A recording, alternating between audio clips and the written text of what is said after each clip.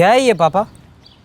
अरे संजय, ये मोटर पर चलने वाला हल है, ट्रैक्टर। एक तो पूरा प्रोविडेंट फंड का पैसा आपने इस सूखी जमीन में डुबो दिया जिसमें कुछ भी उगाना मुश्किल है, और अब आप इसमें खेती भी करेंगे? आप नहीं, हम, तुम और मैं मिलकर इस जमीन को सींचेंगे, मिलकर जोतेंगे, एक से एक बढ़िया सब्जी उगाएंगे। एक 3 व्हीलर टेम्पो ले लेते हैं, पास वाले ढाबे में, होटलों में सप्लाई करते हैं। बहुत कमाई है, हाँ, पर मेहनत भी बहुत है। पापा अब आप रिटायर हो चुके हो, आपको आराम करना चाहिए। ये क्या ये सब लेकर बैठ गए आप? बेटा, मैं गवर्नमेंट की कैश वैन की सिक्योरिटी की नौकरी से रिटायर हुआ हूँ। मेहनत से नहीं, जब तक हाथ पैर चल रहे हैं काम करता रहूँगा। एक बार मुझसे पूछना तो चाहिए था, मुझे मोबाइल की दुकान खोलनी है। ये ज़मीन सोना है बेटा, और इस ज़मीन पर मुझे पूरा भरोसा है। मुझ पर भरोसा नहीं है? भरोसा तो जीता जाता है बेटा। पापा मैं पढ़ाई में अच्छा नहीं था, सिर्फ इसलिए आपका मुझ पर से भरोसा उठ गया? नहीं, इसलिए क्योंकि किसी और चीज़ में भी तूने अच्छा होने की कोशिश नहीं की। मम्मी यार, पापा के सर पे अभी कौन सा नया भूत सवार हो गया है? वही भूत जो तुझ पे सवार था 10वीं क्लास में। इतनी क्लास जाने के बाद भी बड़ी मुश्किल से पास हुआ था तू। आपने भी प्रॉमिस किया था कि मैं पास हो जाऊं तो बाइक लेकर देंगे, दी आपने? नहीं लेकर दी, क्योंकि उसके बाद तूने पढ़ाई करनी छोड़ दी। क्यों छोड़ दी? कोई जवाब है? नहीं है ना? तो फिर अपने पापा से भी ऐसे सवाल मत किया कर। मम्मी, पापा मुझे खुद का कभी कुछ करने ही नहीं देते, वो हमेशा बकवास मत कर संजय। देख अपने पापा को, रिटायरमेंट के बाद भी कितना जोश है उनमें काम करने के लिए। उनकी ख्वाहिश थी कि गांव में खेती करेंगे, और तू भी बहस मत किया कर, हाथ बटा उनका। मैं ना घर छोड़कर भाग जाऊंगा, बता रहा हूँ आपको। तो भाग जा, और जाने से पहले ना तारीख बता देना, ताकि मैं और तेरे पापा भी कहीं घूम आए। मुझे लगता है तुम दोनों मेरे असली माँ बाप हो ही नहीं। अड़ियल है, जिद्दी है मेरा बेटा संजय। एक हद तक गलती हमारी है, इकलौता है तो लाड़ प्यार थोड़ा ज्यादा हो गया। मनमानी करता तो भी हम रोकते टोकते नहीं, कटी पतंग की तरह यहां वहां उड़ रहा था। पर हमने कभी भी ऐतराज नहीं किया, क्योंकि मैं जानता था कि एक न एक दिन उसे जिम्मेदारी का एहसास जरूर होगा। बस उसे जिंदगी में एक चुनौती दिखनी थी या दिखाई जानी थी। आज तक एक भी दिन खेत पे नहीं आया तू? मैंने कब कहा था कि मैं आऊंगा? पापा का हाथ नहीं बटाएगा, बस पूरा पूरा दिन तफरी करेगा। निकम्मा हूं ना मैं? तुमने तो कहा था कि घर छोड़कर भाग जाओ। अच्छा, भागा तो नहीं अब तक, यहीं पे हो। ओ पापा, इस गलत फहमी में मत रहना कि मैं तुम दोनों से प्यार करता हूँ इसलिए मैं घर छोड़कर भागूंगा नहीं। अबे जाओ यार, भागोगे तो मेहनत करनी पड़ेगी 2 रोटी कमाने के लिए, ताएं ताएं फिर हो जाएगी। मैं मेहनत से नहीं डरता, ओके? अच्छा, मेहनत करोगे, अपने खेत में कमर झुका के 2 किलो भिंडी तक नहीं तोड़ पाओगे। वो तो छोड़ो, एक दिन खेत में पानी तक नहीं छोड़ पाओगे, तुम क्या भागोगे? तुमसे नहीं हो पाएगा। कुछ करने के लिए सुबह जल्दी उठना पड़ता है। और ये राजकुमार, सुबह 8 बजे से पहले इनकी आँख खुल गई ना तो पूरे गांव में जाकर लड्डू बांटूंगी मैं। ऐसे खाना छोड़ के नहीं जाते बे? 3 साल का मुन्ना नहीं है तू, 17 साल का घोड़ा हो गया है। हाँ, 17 का घोड़ा हो गया ना मैं। दिखाता हूँ मैं भागते कैसे, दिखाता हूँ क्या हो पाता है मुझसे।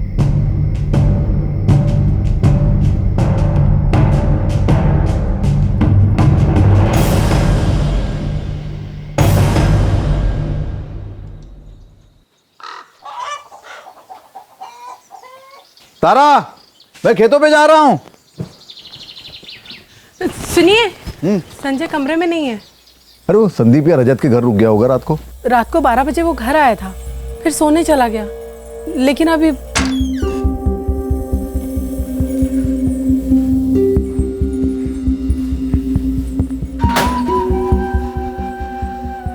कपड़े तो यही हैं, उसको फोन किया था। हाँ, बंद है। कहीं सच में तो नहीं भाग गया? अरे नहीं नहीं, भागने के लिए पैसे लगते हैं। कहीं तुमसे तो पैसे नहीं लिए? नहीं, मैंने नहीं दिए। और देखिए ना, बिस्तर भी जो का त्यों है, लगता है रात भर सोया भी नहीं। मैं वो संदीप और रजत के घर जाके देखता हूँ। मुझे इतना पता था कि संजय ऐसे भागकर हम लोगों को इस तरह परेशान तो कभी नहीं करेगा, लेकिन मेरी चिंता बढ़ती गई जब मुझे संजय उसके दोस्त संदीप और रजत के घर नहीं मिला। उस वक्त समझ नहीं पा रहा था मैं कि कहाँ ढूंढूं संजय को। मुझे इतना भरोसा था कि संजय भले जितना भी खफा हो हमसे, भागना होता भी तो बोलकर भागता। तभी मेरा फोन बजा। हाँ संजय, कहाँ हो तुम? रात भर घर पर नहीं थे? मैं घर पर ही था। अरे अब कहाँ हो? क्यों? अब क्यों पड़ी है मेरी? बेटा ऐसे भी क्या तुम? बोलो ना, कहाँ हो तुम? पापा, मैंने ना आपके खेत पर धावा बोल दिया है। धावा? क्या मतलब? संजय, संजय।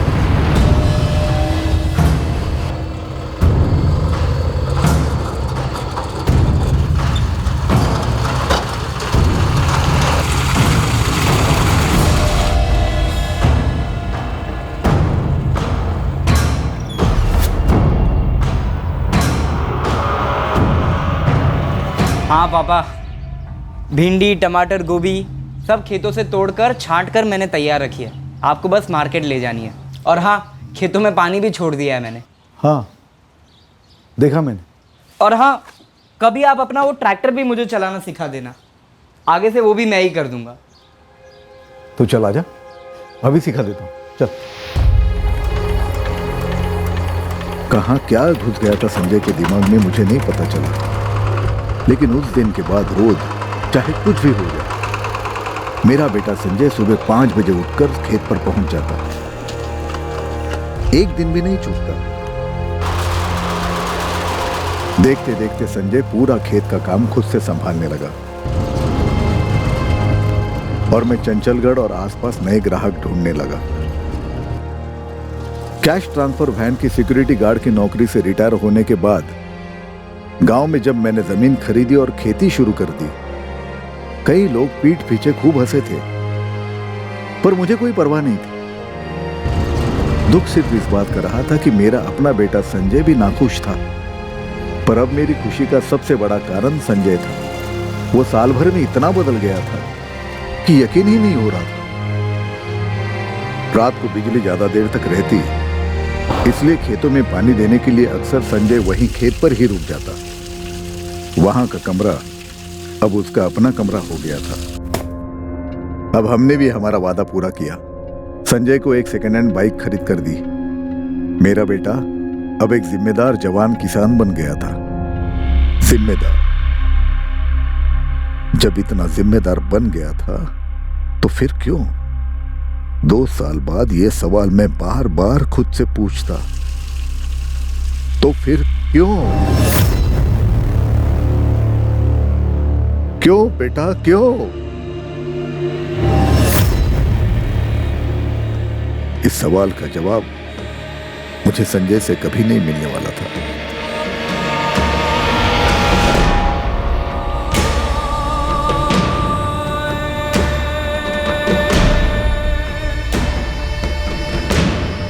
ताऊ जी, हाँ, मैं बुआ को लेने जा रहा हूँ। हाँ बेटा बेटा, ठीक है।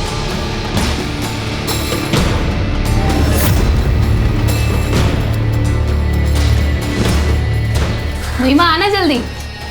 मेरी डिजाइन दिल्ली से बिल्कुल अलग होनी चाहिए पायल।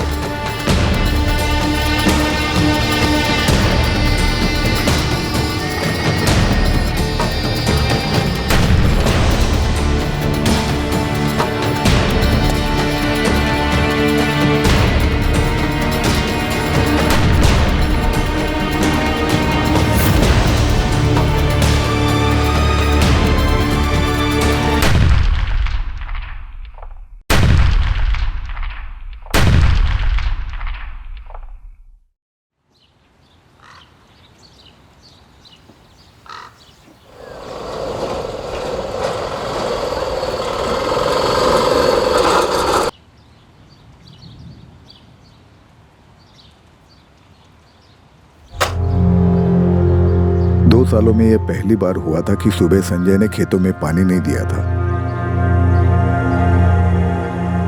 मुझे लगा शायद देर से सोया होगा, उठा नहीं होगा।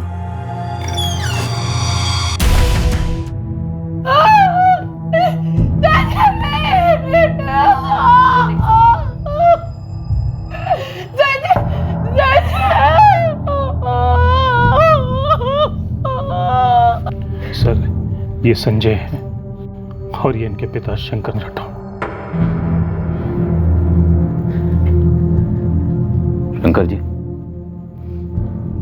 ये सब कैसे हुआ?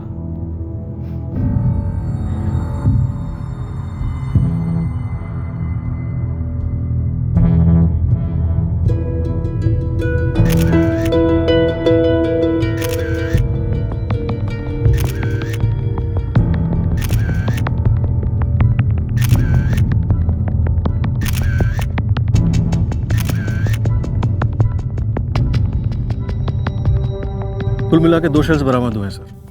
डबल बैरल राइफल होगी। सर लगता है कि 2 गोलियां दीवार पर लगी थी, मैंने मार कर दिया।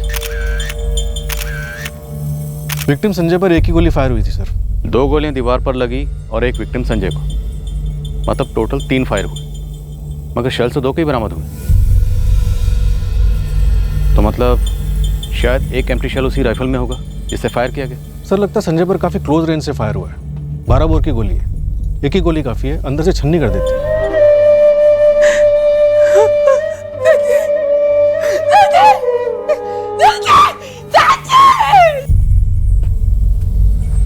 अभिजीत, इतनी क्लोज रेंज से 2 गोलियां मिस हुई हैं। सर डबल बैरल राइफल थी, 12 बोर की गोली है। 2 गोलियों के बाद फिर से गोलियां लोड करनी पड़ती है।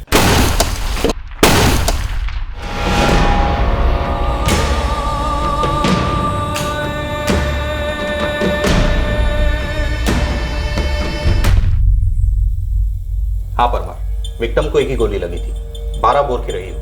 मौत कितने बजे हुई होगी? बॉडी को यहाँ लाने के 7-8 घंटे पहले। मतलब 12 से 1 के बीच में। हाँ। रोज की तरह विक्टिम ने घर पर डिनर किया, उसके बाद वो खेतों वाले कमरे पर चला गया जहां ये अक्सर सोया करता था। पॉइंट ब्लैंक रेंज से फायरिंग हुई है, कितने करीब से। लेकिन ताज्जुब की बात यह है कि झड़प के कोई निशान नहीं। क्राइम सीन पर भी कोई उथल पुथल नहीं है, सिर्फ दीवार में 2 गोलियां लगी। अगर कोई झड़प नहीं हुई है, कोई स्ट्रगल नहीं हुआ है, तो भी 2-2 गोलियां निशाना कैसे चूक गई? शंकर जी, आपको कुछ तो बोलना होगा।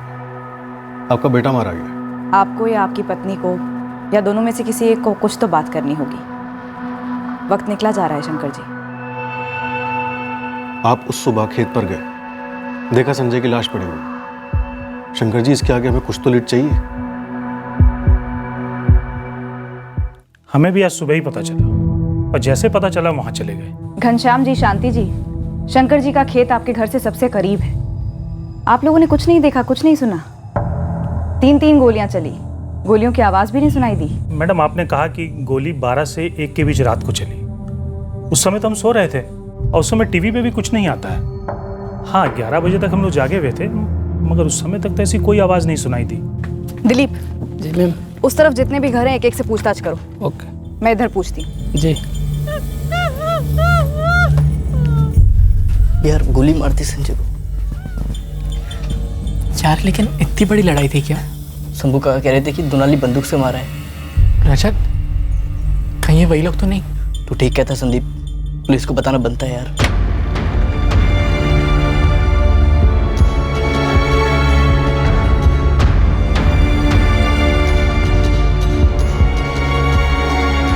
जो भी आया था वो आपके बेटे संजय का कत्ल करने के इरादे से ही आया था। तो कोई वजह रही होगी, कोई झगड़ा, कोई दुश्मनी, कुछ भी। सिर्फ 19 साल का था मेरा बच्चा।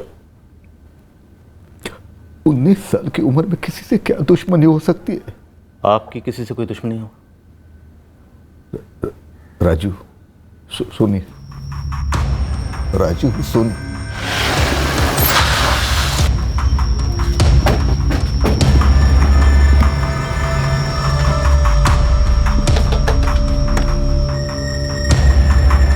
वो राइफल का है। कौन सी राइफल सर? वही राइफल जिससे तुमने संजय राठौड़ का कत्ल कर दिया, राजीव सोनी।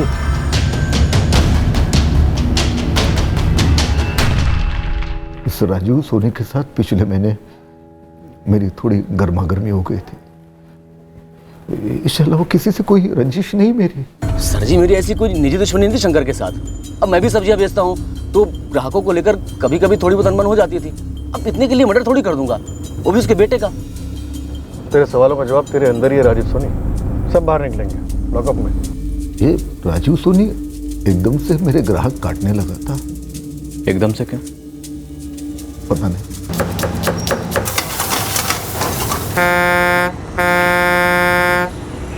कल से ना लाऊं मतलब? क्या खराबी है मेरे सब्जियों में? देखिए शंकर जी, अब तक आपसे ही सब्जियां लेते आए हैं ना, अब कल से नहीं चाहिए, जब जरूरत होगी तो बुला लेंगे। अचानक से क्या हुआ संतराम जी? आप जिस दाम में मुझे सब्जी दे रहे हो ना, उससे 5 से 10 रुपया पर केजी कम में मुझे सब्जी मिल रही है, और आपकी सब्जियों से ज़्यादा ताज़ी सब्जी है। इतनी कम कीमत में कौन दे रहा है? राजू सोनी, मेरे खेत की सब्जियां चखी है तूने? कोई तुलना नहीं मेरे माल में और तेरे माल में। फिर भी तेरी हिम्मत कैसी हुई मेरे ग्राहक को खींचने की? धंधा भले हमारे सब्जियों का है, लेकिन हम कोई बकरी नहीं जो आपके सामने मेमे करेंगे। ए सोनी, शंकर जी, क्यों ये ग्राहक इतना गर्म हो रहे हो? गोली वोली मारोगे क्या? अरे शंकर जी, राजीव, दोनों आपस में क्यों झगड़ा कर रहे हो? अरे सब्जी किससे लेनी है नहीं लेनी है मैं तय करूँगा ना। तो जरूर कीजिए, लेकिन आप ये मत कहिए कि मैं ज्यादा पैसे ले रहा हूँ और आपको बासी सब्जियां दे रहा हूँ। अरे राजू, जिस भाव में आपको माल दे रहे हैं ना, उस भाव में तो लागत तक नहीं निकलती, कैसे दे पा रहा है? मुझे तो लगता है मंडी का बचा हुआ माल पानी मार मार के आपको दे रहा है। शंकर जी कुछ भी मत बोलो, मेरे खेत की सब्जियां हैं एकदम ताजी, कोई मंडी की नहीं है। वो आदमाते हैं ना एक दूसरे के खेत की सब्जियां। संतराम जी एक काम करते हैं, अब दोनों की सब्जियां लीजिए, अपने ग्राहकों को खिलाइए और ग्राहकों को तय करने दीजिए कि किसकी सब्जी ताजी है किसकी बासी है। एक मिनट शंकर जी, हमको नहीं करनी कोई कंपटीशन बाजी, ठीक है? हमने अपना धंधा पकड़ लिया है, आप कृपया करके आगे बढ़िए, और ये सब नौटंकी बाजी करने की कोई जरूरत नहीं है। नौटंकी नहीं है, धंधा है, नौटंकी नहीं है। ग्राहक तोड़ा है तूने मेरा। तोड़ा है तो नया बना लो, दूसरा पकड़ लो, डर किस बात का है? तो ग्राहकों को सब्जियां चखने दो ना, डर किस बात का तुमको? कंपटीशन हुआ सर, और ग्राहकों को शंकर की सब्जियां ज्यादा पसंद आ गई, और फिर वो संतराम उसने फिर से उसी से सब्जियां लेनी शुरू कर दी। मुझे बुरा लगा, बहुत बुरा लगा, लेकिन इतना भी नहीं कि मैं उसके बेटे को जान से मार दूं। गलती मेरी थी मैडम, जो राजीव की सस्ती सब्जियों के लालच में पड़ गया। ग्राहक क्या फैसला करता है उसके पहले मैंने फैसला कर लिया कि राजीव सोनी से सब्जी नहीं लेनी। अरे उसकी दी हुई एक दिन की सब्जियां भी सड़ गई। शंकर जी सही कहते थे कि वो सब्जियों में पानी मार मार के देता। मैंने शंकर जी को वापस बुलाया और उनसे फिर से सब्जियां लेनी शुरू कर दी। फिर क्या, बाकी लोगों ने भी शंकर जी को बुलाया होगा शायद, और इस राजीव ने शंकर जी के बहुत सारे ग्राहक काटे, ऐसा मैंने सुना था। मतलब इस राजीव सोनी और शंकर राठौड़ के बीच में दुश्मनी थी? जी हाँ, और एक बात आपको बताता हूँ, इस राजीव ने सिर्फ शंकर जी का धंधा ही काटने की कोशिश नहीं की, बल्कि उन्हें भी काटने की कोशिश की।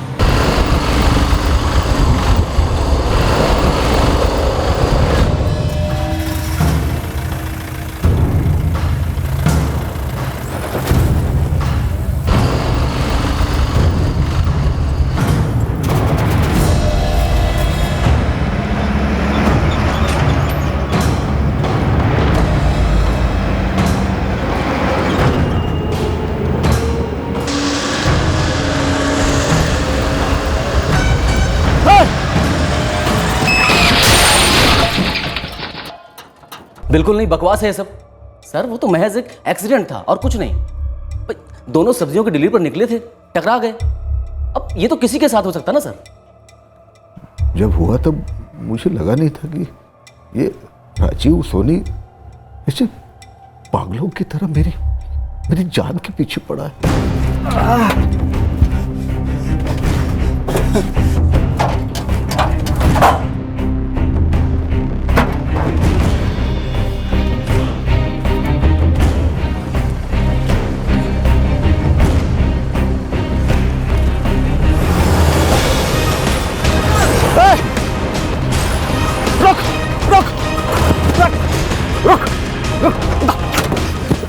भाई क्या हो गया? ये भी गलती से हो रहा है। जानबूझ के नहीं किया। जानबूझ के नहीं किया।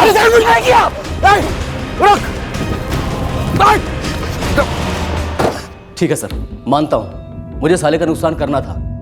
2 साल में इतनी तरक्की कर गया था कि मैंने उसे तोड़ने की कई बार कोशिश की। तुमने उसकी जान लेने की कोशिश भी की पर असफल रहे, तो उसके बेटे को मार के तुमने उसे जीते जी मार डाला। अरे नहीं सर, ऐसा कुछ नहीं है। मैंने सोचा कि सब्जियां गिरा दूंगा, खराब हो जाएगी तो उसकी सप्लाई गड़बड़ा जाएगी, उसके बाद मैं अपना धंधा जमा लूंगा। तो उसका एक्सीडेंट करा दिया? नहीं सर, मैं तो सिर्फ उसके हाथ पांव तोड़ना चाहता था। सोचा था बुढ़ा है, गिरेगा, फ्रैक्चर हो जाएगा तो काम पे नहीं आ पाएगा, उसके बाद उसे ग्राहक मैं अपने बांध लूंगा। लेकिन सर बुढ़ा तो मुझसे भी ज़्यादा मजबूत निकला।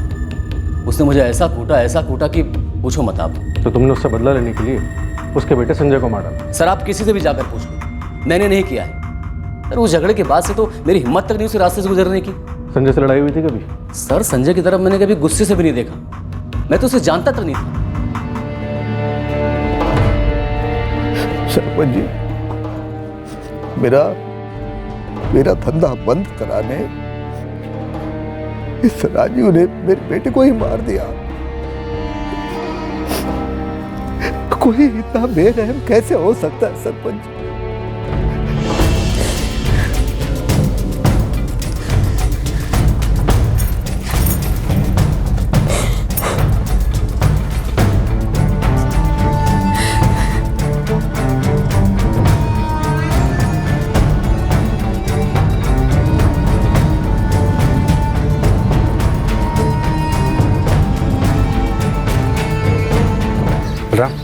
विकास को फोन लगाओ, देखो तो कहाँ तक पहुँचे।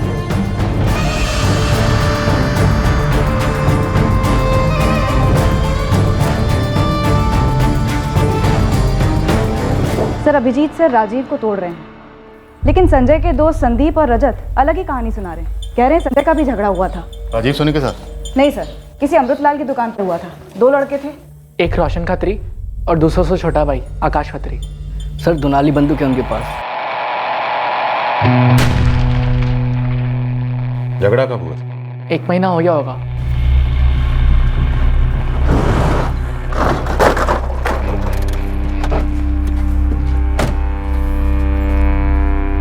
दो समोसे और 2 चाय, गर्मा गर्म, जल्दी से लाओ। अबे ओ, बाइक कौन उठाएगा? तेरा बाप? साढ़े बाप पे मत जा, बाइक ठोकी तुझे नहीं समझा। चल सॉरी बोल, वरना तेरे को भी ठोक देंगे। साले बाइक उठा। छोड़, चल बाइक उठा। गलत पार्क करता है, ऊपर से हीरो बनता है साले। ए, चलो तो बाइक गिरे, उठाओ उसको।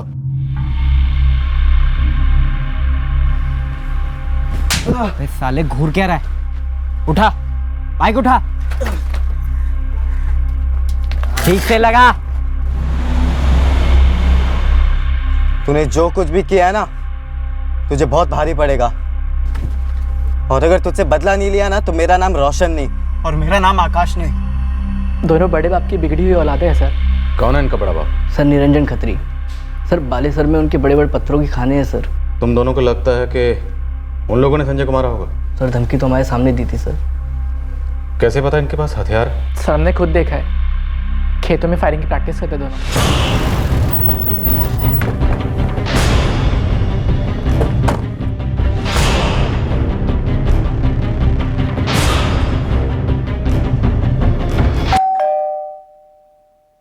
मेरे बेटे शामिल नहीं है इसमें। वो पता करना हमारा काम है, आप हम पर छोड़ दीजिए। आप जरा राइफल ले आएंगे निरंजन खत्री? देखिए, 5 मार्च की रात को और 6 मार्च की सुबह, दोनों वक्त रोशन और आकाश घर पे ही थे। इस विषय पे अब कोई बात नहीं होगी। आप जा सकते हैं इंस्पेक्टर, मैटर क्लोज है। निरंजन जी, मैटर तब क्लोज होगा जब हम क्लोज करेंगे। राइफल ले आइए। हम राइफल और आपके दोनों बेटों को पुलिस स्टेशन लेकर जा रहे हैं पूछताछ के लिए। सर इसमें कोई शक नहीं कि गलती खत्री भाइयों की थी, लेकिन मुझे पूरा शक संजय की मौत में खत्री सेठ का हाथ है। सबूत? सर वो झगड़े के 2 दिन बाद वो खत्री सेठ खुद आए थे मुझसे मिलने।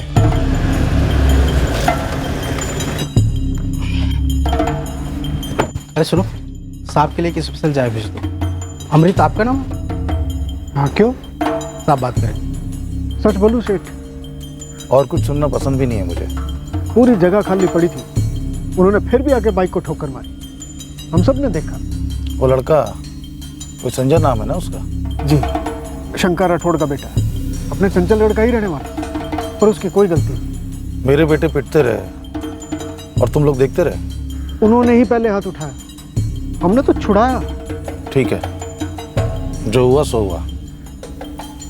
शंकर के बेटे को बोलो कि बात पे मिट्टी डाले, झगड़े को आगे ना बढ़ाए।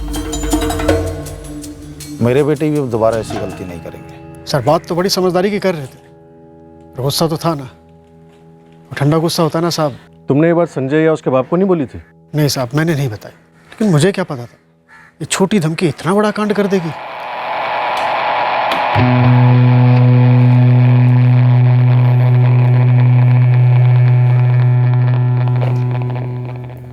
निशानेबाजी का शौक है मेरे बेटों को, लेकिन गोलियां पत्थरों पे चलती हैं, लोगों पे नहीं। खूनी नहीं है वो। तो संजय को मारने के लिए किसे भेजा था आपने? अब ये तो कहना मत। कि अमृत की दुकान पे आप सिर्फ चाय पीने गए थे। चाय की लत है मुझे। चाय पीने के लिए ही गाड़ी रोकी थी। फिर इत्तफाकन याद आया कि यही वो जगह है जहाँ पे लड़ाई हुई थी, इसलिए पूछ लिया। निरंजन जी, इत्तफाक कुछ ज़्यादा नहीं हो रहे? अब जो है सो है इंस्पेक्टर साहब। बाकी आप तहकीकात करेंगे, पता करेंगे क्या हुआ क्या नहीं हुआ। मैं आपसे आखिरी बार कह रहा हूँ कि मेरा और मेरे बेटों का इस मर्डर से कोई लेना देना नहीं है। तुम दोनों खुद गए थे खेत पर या तुम्हारे पापा ने शूटर भेजे थे? ऐसा कुछ नहीं हुआ था मैडम। मैम, पापा सच्ची में गुस्सा होते तो सीधा जाकर संजय के पापा से मिलते ना।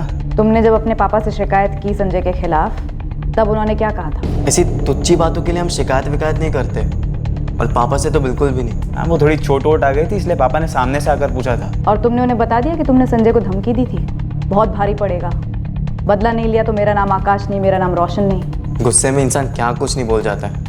आप लोग नहीं बोलते क्या? बोलने से क्या होता है? मैंने कह दिया ना आपसे, मेरे दोनों बेटे उस रात मेरे घर पे ही थे। तो संजय को मारने के लिए किसे भेजा था? आपके इस प्लान में और कौन शामिल था? कोई प्लान वान नहीं बना था, कोई बदला नहीं लिया गया। मैं, मेरे आदमी या मेरे बेटों में से उस रात कोई भी खेत पर नहीं गया था। कैसी प्रैक्टिस करते हो तुम दोनों? इतनी पास से भी 2 गोली दीवार पर लग गई। आपको जो कहना है आप कहते रहिए। हम तो यही कहेंगे कि हमने ये खून नहीं किया और ना ही पापा ने करवाया। मैम, हमें तो इस संजय का घर तक नहीं मालूम था, ऊपर से पता चला कि वो खेत पर रहता है। हमें कैसे पता होती है इसी तुच्छी सी बातें? इंस्पेक्टर, आप मेरे बेटों को मेरे साथ घर भेज रहे हैं या मैं अपना वकील बुलाऊं? आप जो ठीक समझें कर सकते हैं, पर इतना बता दूं, जितना शक हमें आपके बेटों पर है, अब उतना ही शक हमें आप पर भी हो रहा है। तो शक को यकीन में बदलिए ना, ले आइए सबूत। साहब, साहब, अरे साहब, मेरे कंधे पर बंदूक रखकर घोड़ा दबाया जा रहा है। वो शंकर अपने बेटे की मौत का बहाना बना रहा है मुझसे बदला लेने के लिए।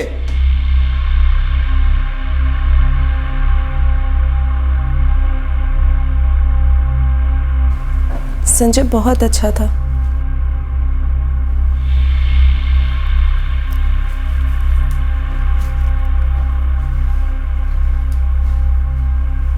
अंकल, मुझे लगता है कि संजय को ये सब पहले से मालूम था। हाँ जी अंकल।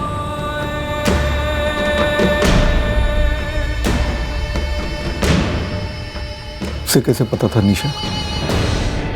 निरंजन, उसके दोनों बेटे और राजीव सोनी। फोन लोकेशन के हिसाब से जाएं तो सभी अपने अपने घरों में मौजूद थे। आजकल क्रिमिनल बहुत शातिर हो गए, अपना फ़ोन घर पर छोड़ते हैं, फिर क्राइम सीन पर जाते हैं। सर, क्राइम सीन पर मैं दोबारा गया था, एक बात खटकी। क्या? वो 2 गोलियां जो संजय को नहीं लगी थी, दीवार में लगी थी। दोनों की पोजीशन संजय की बॉडी से काफी दूर दूर थी।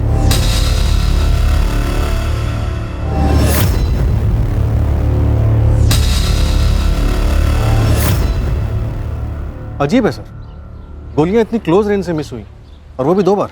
और संजय की तरफ से झड़प के भी कोई निशान नहीं, और ना ही उस रात कमरे से भागने के कोई निशान। सर, कहीं हम कुछ क्लोज रेंज से तो नहीं चूक रहे? सलाम साहब। गुरु, निकला कोई हिस्ट्री शीटर? हर आदमी एक ही बात पर क्रॉस लगा रहा है कि कोई भी पेशेवर हत्यारा दुनाली राइफल का इस्तेमाल नहीं करेगा।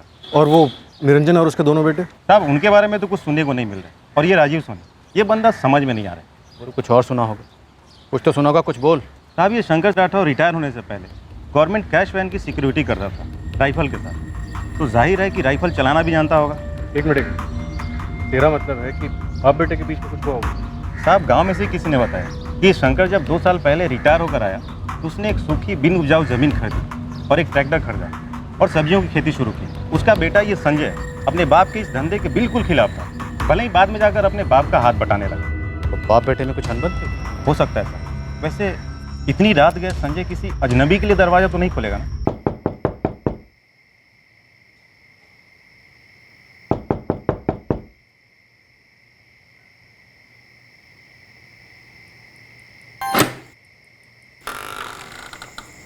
आप लोग बोल रहे हैं कि उसने भागने वागने की भी कोशिश नहीं की।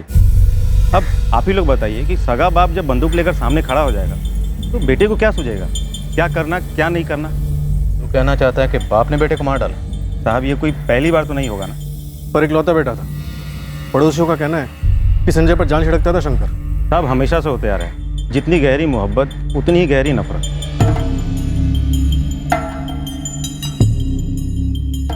संजय इकलौता बेटा था हमारा, काफी जिम्मेदार हो गया। शंकर जी, क्या आप संजय से किसी बात से नाराज थे? हेत का कोई मसला या कोई लड़की की बात कुछ भी? आप ये पूछ रहे हो कि क्या मैंने मेरे बेटे को मार डाला? जी सर, कई सालों तक मैंने गवर्नमेंट कैश वैन में सिक्योरिटी गार्ड की नौकरी की है।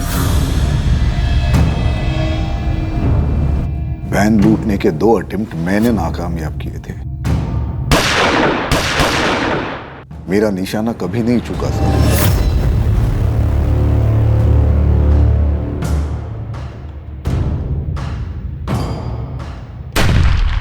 लुटेरों को घायल किया था मैंने, पर संजय मेरा अपना खून था, मेरी जान था वो। उसके साथ में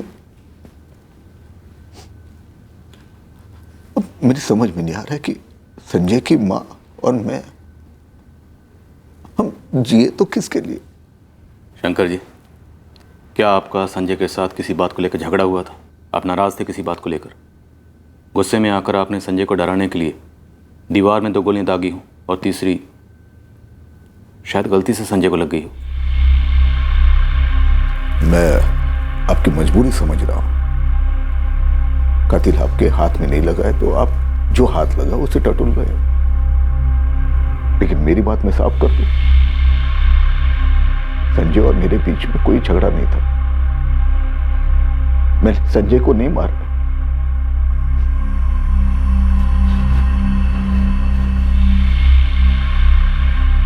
एक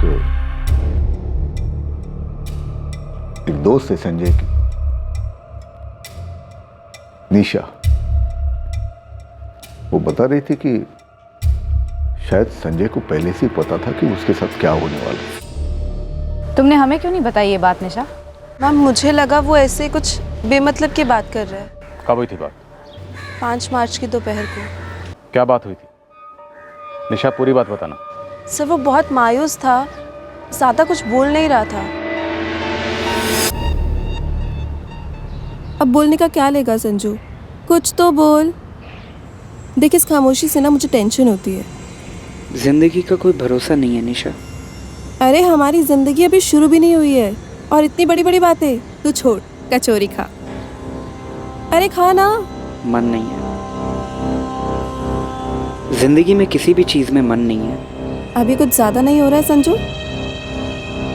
संजू, पापा से झगड़ा हुआ?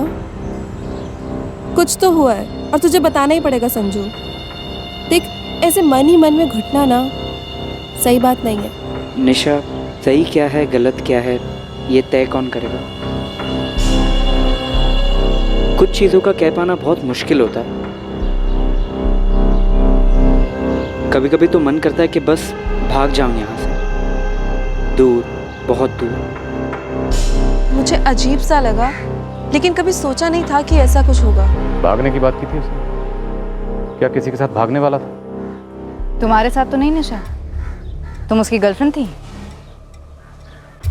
निशा, संजय अब इस दुनिया में नहीं रहा, इसलिए झूठ बोलने का या कुछ छुपाने का कोई मतलब ही नहीं। हमारे बीच ऐसी कोई बात नहीं हुई, लेकिन बचपन से, स्कूल से मैं उसे पसंद करती थी और बस इंतज़ार कर रही थी कि कब वो मुझसे कुछ कहे, मुझसे कुछ पूछे, लेकिन उसने कभी पहल नहीं की। सर, उस दिन अमृतलाल की दुकान पर उसकी मायूसी का कारण क्या था? क्या उसे अंदेशा था कि उसके साथ ऐसा कुछ होने वाला है? मैम उसका मूड ऑफ था, इसलिए मुझे लगा कि वो ऐसी सब बातें कर रहा है, लेकिन उसके कत्ल के बाद से मैं 2 और 2 जोड़ने की कोशिश कर रही हूँ। कोशिश करती रहें, कुछ भी याद आए या कुछ भी सूझे तो सबसे पहले हमें बताना। सर जी, निरंजन खत्री की राइफल बाकायदा रजिस्टर्ड है हमारे साथ, और चंचलगढ़ में एक और राइफल रजिस्टर्ड है 12 बोर की। किसके पास है? विकास चौहान नाम है उसका, CRPF में जवान है, ये उसकी पर्सनल राइफल है।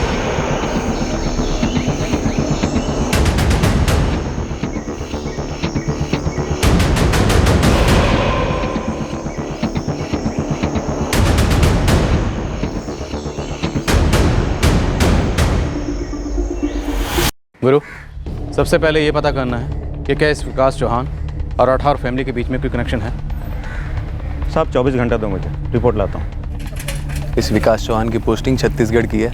ये विकास चौहान 5 और 6 तारीख को चंचलगढ़ में था क्या? छुट्टी पर था गुरु भाई।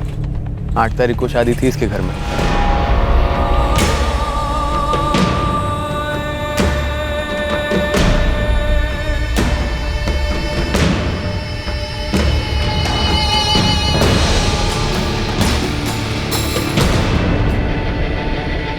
मतलब कुछ बन रहा है, निकला कुछ? अभी तक तो नहीं गुरु भाई, लेकिन इस चौहान के घर में लाइसेंस वाली दुनाली है और वो संजय राठौड़ भी दुनाली से ही मारा गया। तो मुझे लगता है कहीं ना कहीं 2 और 2 4 हो सकता है। विकास भतीजा है मेरा और वो 9 तारीख को ही वापस चला गया छत्तीसगढ़ अपनी ड्यूटी पे। विकास के पास राइफल है? हाँ, लाइसेंस वाली। मुझे वो राइफल देखनी है। क्यों? संजय राठौर मर्डर केस में। जानते थे आप उसे? संजय राठौड़? ये कौन है? किस चौहान परिवार की बात कर रही हो आप? देवराम और बलराम चौहान, दोनों भाई हैं। खाद का बिजनेस है। महिमा के घर वाले तो नहीं? जी, देवराम जी की छोटी बेटी है महिमा। हाँ, वो लोग जानता हूँ उनको। कोई दोस्ती थी या खटास थी? नहीं, हमारे बीच ना तो दोस्ती थी ना तो खटास थी। संजय और महिमा के बीच दोस्ती थी। उस लड़की का फोन आया नहीं कि संजय सब कुछ छोड़ छाड़ भाग खड़ा होता? अरे रुक जा संजू, तुझे बाजार जाना है, पूजा की सामग्री लानी है। लाऊंगा मम्मी थोड़ी देर में। अरे कौन है ये महिमा? दोस्त है मम्मी, बताता हूँ मैं आपको बाद में। अच्छी लगती तुझे? लेकिन बेटा मैंने पता किया है, नाबालिग है वो, बच्ची है। तो मम्मी मैं भी तो बच्चा हूँ। बच्चा?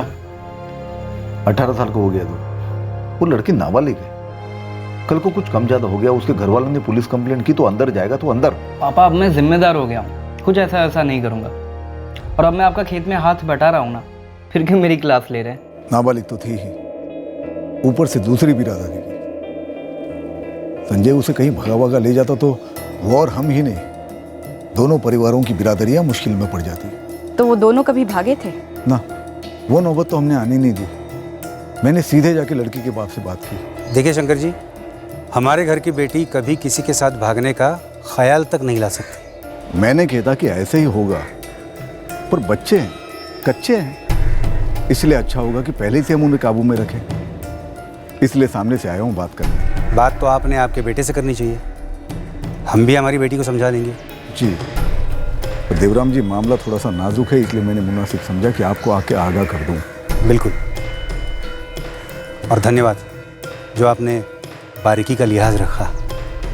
हम सामने बैठकर आराम से अपनी बच्ची को समझा देंगे, आगे से उससे ऐसी कोई गलती नहीं होगी। बस बात वहीं ख़त्म हो गई थी। और उसके बाद ना कभी महिमा का फोन आया, ना कभी संजय ने उसका नाम लिया। लेकिन इस चौहान परिवार का मेरे बेटे के कत्ल के साथ क्या वास्ता है? उनके घर में एक राइफल है, लाइसेंस वाली। दुनाली बंदूक? जी, इसलिए हम जानना चाह रहे थे कि दोनों परिवारों के बीच का इतिहास क्या है।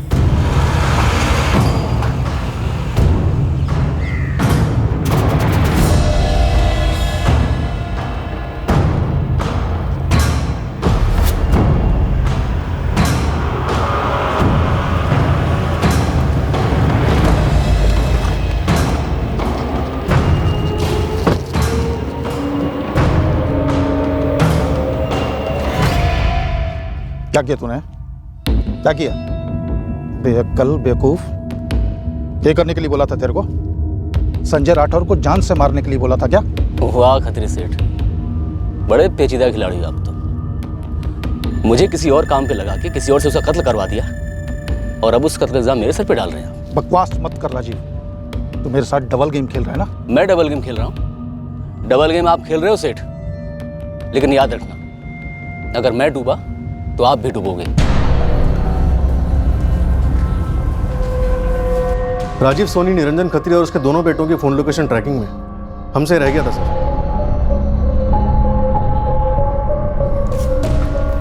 कोई कनेक्शन बन रहा है? हाँ सर, राजीव और निरंजन की हर दूसरे दिन बात हो रही है, लगभग 1 महीने से। 1 महीने से? और 1 महीना पहले इन खत्री भाइयों की संजय से लड़ाई हुई थी। और ये निरंजन खत्री इत्तेफाकन अमृत की दुकान पर पहुंचा था संजय की जानकारी निकलवाने के लिए। इस राजीव सोनी और निरंजन खत्री, उठाओ दोनों को। सर, इस महिमा चौहान और संजय राठौड़ का रिश्ता पुराना रहा है, पर अब नई खबर आ रही है। साहब बड़ी अजीब बात है, 8 मार्च को चौहान परिवार में शादी हुई उर्मिला की। अरे गुरु पता है हमें, 9 को विदाई हुई, इसमें अजीब बात क्या? शादी महिमा की भी होने वाली थी, दोनों बहनों के साथ में। लेकिन शादी से ठीक 1 दिन पहले यानी 7 मार्च को महिमा की शादी कैंसिल हो गई। और शादी कैंसिल क्यों?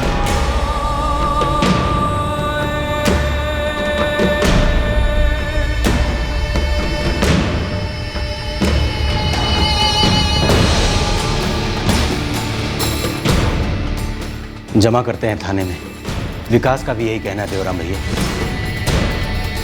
ठीक है बलराम, चलो।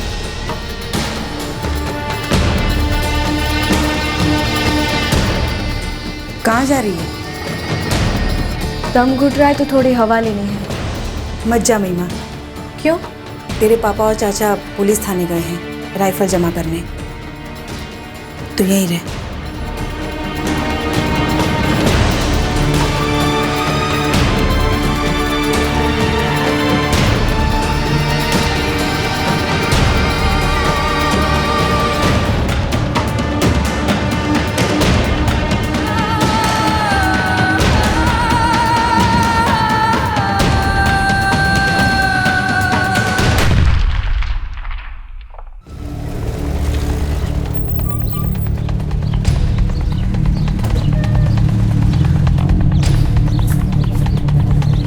इतना भारी इल्जाम लगाने से पहले ये तो देख लेते कि हम कितने भारी हैं।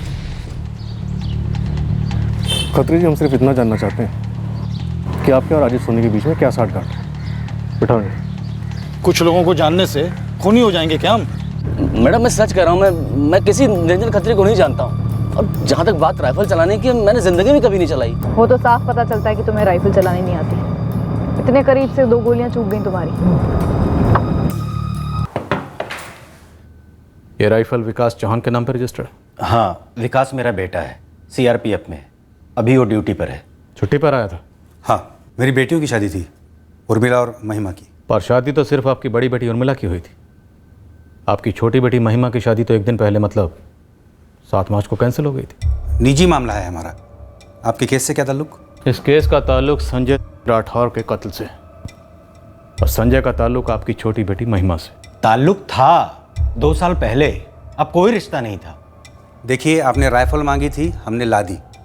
अब बताएंगे भी कि जानना क्या चाहते हैं आप। आपको पूरा यकीन है कि आपकी बेटी महिमा संजय के कांटेक्ट में नहीं थी? बिल्कुल, सवाल ही पैदा नहीं होता। 2 साल पहले ही सब कुछ खत्म हो गया था। ये जो भी तुम कर रही थी, क्या सोच के कर रही थी महिमा? उर्मिला, तुझे पता था? नहीं मम्मी, मुझे अभी पता चला है। उस लड़के का बाप खुद यहाँ आकर तुम्हारी शिकायत करके गया है बेटा।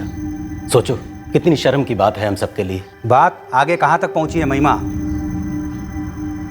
अब बोल भी। मेरी वजह से आपको ये सब सहना पड़ा, उसके लिए सॉरी। आगे से ऐसा कभी नहीं होगा। अगर गलती से भी कुछ हुआ तो बहुत कुछ बुरा होगा महिमा, याद रखना। याद रखूंगी। और उसके बाद कभी कोई शिकायत नहीं है। अब तो हमारी महिमा की शादी भी हो रही है। 7 मार्च को शादी कैंसिल क्यों हुई थी? बोला ना आपसे, निजी मामला है हमारा, दखल ना दो इंस्पेक्टर। जितना आपका केस है उतने में ही रहो। केस खत्म होने तक ये राइफल हमारे पास ही रहेगी। इसकी रसीद मिलेगी आपको, और मुझे इसकी गोलियां चाहिए, और इसकी रसीद भी। समझे? समझ गए? दोबारा बोलो। जरूरत नहीं है।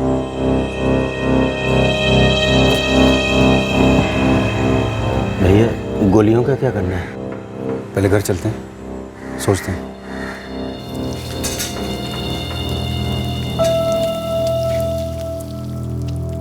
संजय ने निशा से कहा था कि उसे डर है कि कुछ होने वाला है। तो संजय ने हमसे कुछ क्यों नहीं कहा? उस रात खेतों में जाने से पहले संजय थोड़ा गुमसुम था।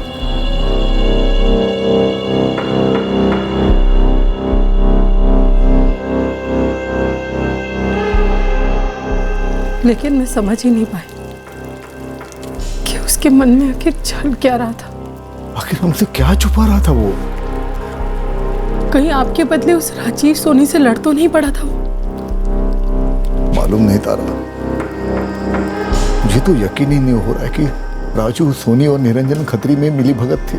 राजीव सोनी को जानना जुर्म कैसे हो गया, बताइए मुझे।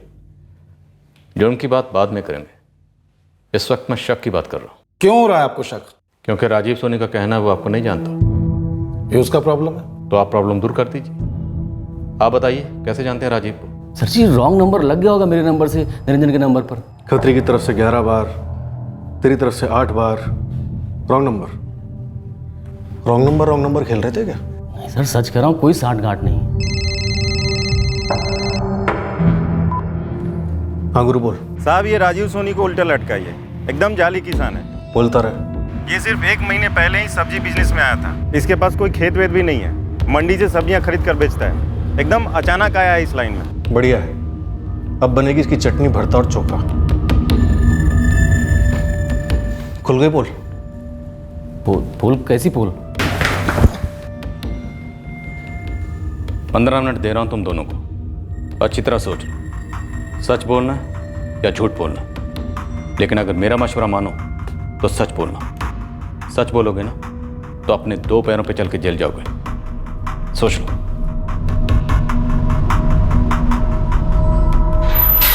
रुकिए,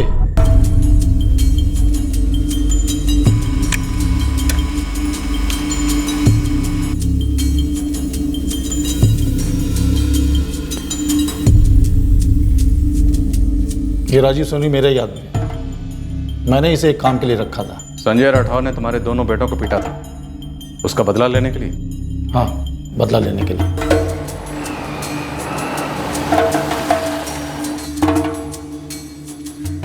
मेरे बेटों को सबके सामने पीटा है संजय राठौर ने, बुरी तरह पीटा है। तो बोलिए करना क्या खत्री सेठ? जितनी तकलीफ मुझे हुई है ना, उतनी तकलीफ संजय राठौर के बाप को होनी चाहिए। मेरा इरादा तो सिर्फ और सिर्फ शंकर राठौर के बिजनेस को ठप करने का था। सेठ ने जो काम मुझे सौंपा था मैंने बस वही करने की कोशिश की। और मैंने भी इसे यही ऑर्डर दिया कि शंकर के बिजनेस को ठप कर दे। और ये मर्डर वाली बात तो कभी सोच भी नहीं सकता था मैं। इसने अपने आप कुछ कर दिया तो इसमें मेरा कोई हाथ नहीं है। मैं तो ये सोच रहा हूँ कि इसने ऐसा किया क्यों। साहब आप तो जानते हैं ना, कुछ बड़े लोग होते हैं जो छोटे लोगों को बकरा बनाते हैं। तो मत बन बकरा, मौका दे रहे हैं, शेर बन। बता, इस निरंजन खत्री ने तुम्हें सिर्फ शंकर का धंधा चौपट करने का मौका दिया था या उसके बेटे को ठिकाने लगाने के लिए भी कहा था? देखिए साहब, मैं मानता हूँ कि मैंने शंकर राठौर की सब्जी के धंधे को चौपट करने की पूरी कोशिश की। उसका माल ख़राब करने के लिए उसका टेम्पो भी ठोक दिया कि बार जानबूझकर। लेकिन साहब उसके बाद शंकर ने जो मेरी ठुकाई की है ना, मैंने हाथ खड़े कर दिए साहब। भैया ये काम मुझसे नहीं हो पाएगा। और उसके बाद तो इसने मेरा फ़ोन तक उठाना बंद कर दिया। साहब क्या करता फ़ोन उठा के? मैं समझ चुका था साहब कि उस शंकर से पंगा लेने का मतलब है लेने के देने।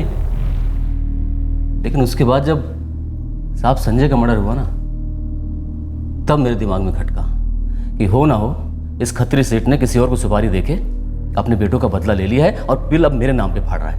झूठ बोल रहा है सर। ये शंकर से ये बुरी तरह से पिटा था तो उसका बदला लेने के लिए उसके बेटे को ख़त्म कर दिया इसने। इनका झूठ साफ साफ दिख रहा है साहब। आप खुद सोचिए, मुझ जैसे आदमी के पास भला राइफल के पैसे कहाँ से आएंगे?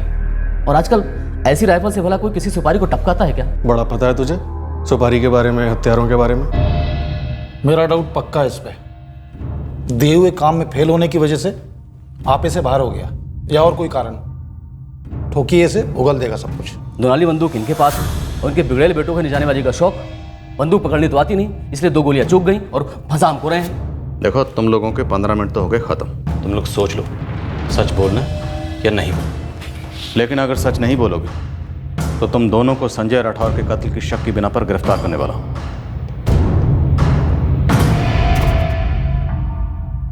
बोलो रजत, था महिमा और संजय का चक्कर? मैम हम हमेशा समझते थे कि संजय और निशा की दोस्ती है। मैं पहले की बात कर रही हूँ। महिमा और संजय की दोस्ती थी। हम दोनों, संजय निशा, हम सब एक साथ पढ़ते थे। दरअसल महिमा हम सबकी जूनियर थी। जब हम 10वीं में थे तब वो 8वीं में थी। महिमा संजय की फ्रेंडशिप तब से थी।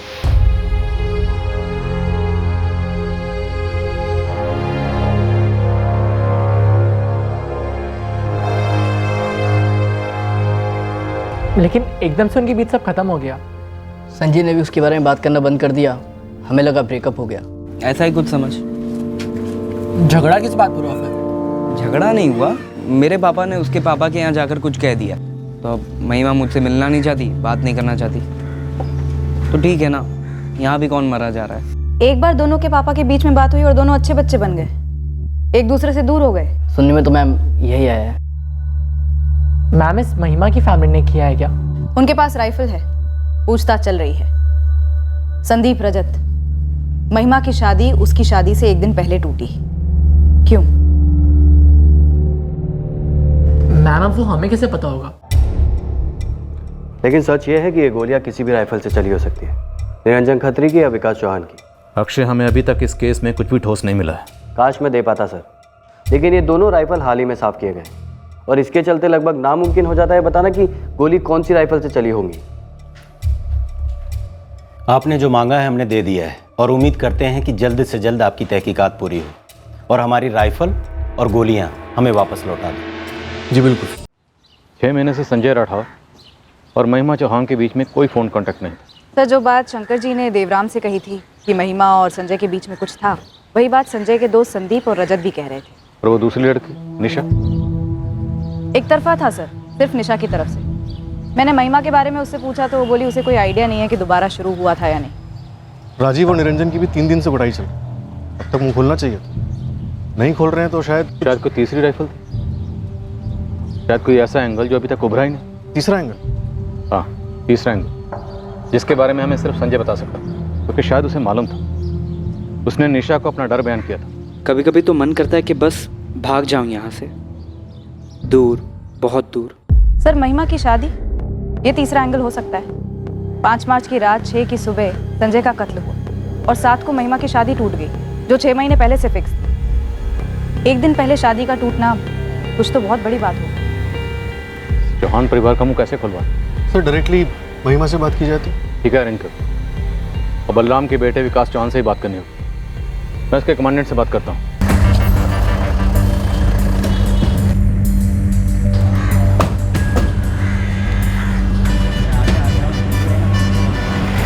आपके पास कोई सबूत है इंस्पेक्टर? ठोस सबूत कि राइफल हमारे जवान विकास चौहान की थी? ठोस सबूत तो कोई नहीं है, पर हमें गहरा शक जरूर है। आप कह रहे हैं कि पॉइंट ब्लैंक रेंज से 2 गोलियां फायर हुई जो मिस हुई और तीसरी गोली विक्टिम को लगी, राइट? Right sir. और फिर भी आप एक ऐसे जवान पर शक कर रहे हैं जो आंखें मूंद कर भी अपना निशाना नहीं चुकता। सर, शक सिर्फ विकास की राइफल को लेकर है। हो सकता है उसकी राइफल घर वालों में से किसी ने इस्तेमाल की हो। हम विकास को आमने सामने बिठाकर 2-4 सवाल करना चाहते हैं। ओके, लेकिन उससे पहले मैं खुद विकास से बात करूंगा और फिर आपको सौंपूंगा। हम आपके साहब को बता चुके हैं कि शादी का कैंसिल होना हमारा निजी मामला है। होगा आपका निजी मामला, पर हमें फिर भी महिमा से एक बार बात करनी है। महिमा से क्यों बात करनी है? हा?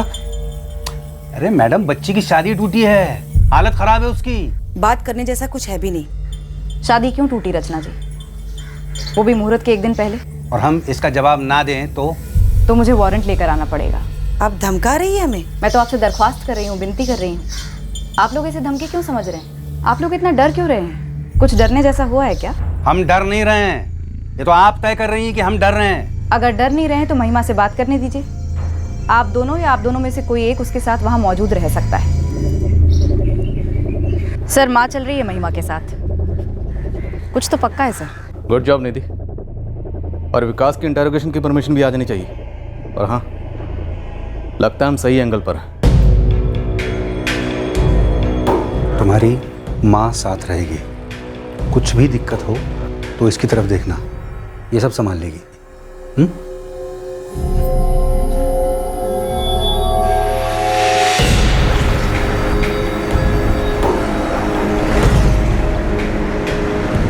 महिमा ठीक तो है? तुम्हारी ताई है उसके साथ? मैं कल पहुंच रहा हूँ, बात करके सुलझा लेंगे सर। तुम क्यों आ रहे हो विकास? ना ना ना, मैं आ नहीं रहा हूँ, मुझे यहाँ से भेजा जा रहा है वहाँ की पुलिस के पास। क्या? वहाँ की पुलिस को कुछ सवाल पूछने हैं, ऑर्डर है, आना ही होगा।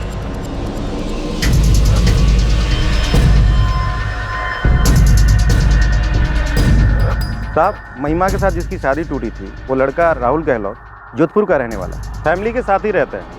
वो इस वक्त घर पर ही है, आप लोग आकर उनसे पूछ सकते हैं। पर पता नहीं वो लोग ऐसा नया क्या बोलेंगे जो अभी तक आप लोगों को बोला नहीं गया। गुरु, तू एड्रेस भेज, यहाँ उस लड़की महिमा से पूछताछ शुरू होने को है, देखते क्या निकलता है। महिमा, क्या वाकई पिछले 2 साल से तुम्हारा संजय राठौर के साथ कोई कांटेक्ट नहीं था? नहीं था। सामने देखकर बोलो, नहीं था? हाँ, नहीं था। हमने जब कह दिया नहीं था, उसने कह दिया नहीं था, तो फिर से पूछने का क्या मतलब? शादी क्यों टूटी? कुंडली मिलाते वक्त पंडित जी ने कुछ गड़बड़ कर दी थी और ये बात हमें एक रात पहले ही पता चली थी। जोड़ी सही नहीं थी, कुछ अनहोनी होने की संभावना थी। शादी हो जाने के बाद अगर लड़के वालों को इस बारे में पता चलता तो हमारी महिमा के लिए तो ससुराल में ठीक नहीं होता ना। सबकी भलाई के लिए ये शादी तोड़ दी हमने। महिमा, क्या ये सच है? जी सर। ये गलत है। अब मेरी बेटी के सामने मुझे उसकी माँ को झूठा साबित करने की कोशिश करेंगे। एक मिनट, कुंडली गलत मिलाई गई थी ये बात बताने के लिए आप लोग इतना बड़ा बखेड़ा क्यों खड़ा कर रहे थे? इसमें ऐसी कौन सी राज की बात है जो आप बता नहीं रहे थे, कतरा रहे थे बताने से? एक लड़की की शादी टूटती है तो परिवार पर, लड़की पर क्या बीती है ये बात आपको समझनी चाहिए। आप भी एक औरत है, ये बातें सबके सामने नहीं की जाती। महिमा, क्या तुम्हारे घर वालों ने संजय का कत्ल कर दिया? बस बहुत हो गया। महिमा, हम यहाँ एक सेकंड भी नहीं रुकेंगे, चल यहाँ से।